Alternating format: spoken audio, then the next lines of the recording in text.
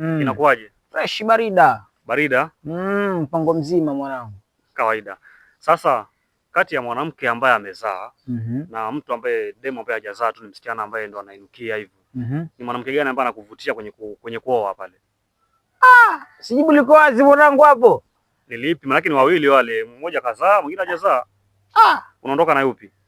Yaani kivyangu mimi, yani naweza sema demu naweza oa yule mmoja hajazaa. Yaani ile 100% naweza oa chuma ambacho hakijatoa kitu.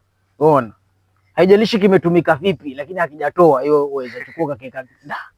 Tupe sababu inakuwaje mpaka unaamua kufanya hivyo? Ama pengine mbona unaamua kuongea hivyo? Inakuwaje mpaka uongee hivyo?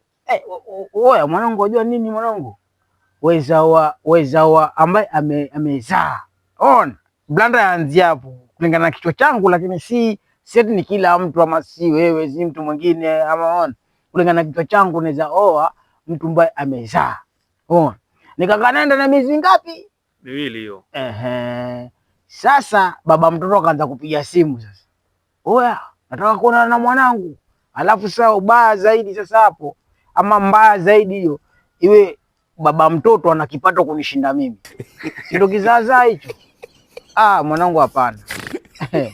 Sasa wale wanawake ambao wamezaa na wanahitaji kuolewa unawaambiaje? Wapambane, lakini mimi blanda hiyo.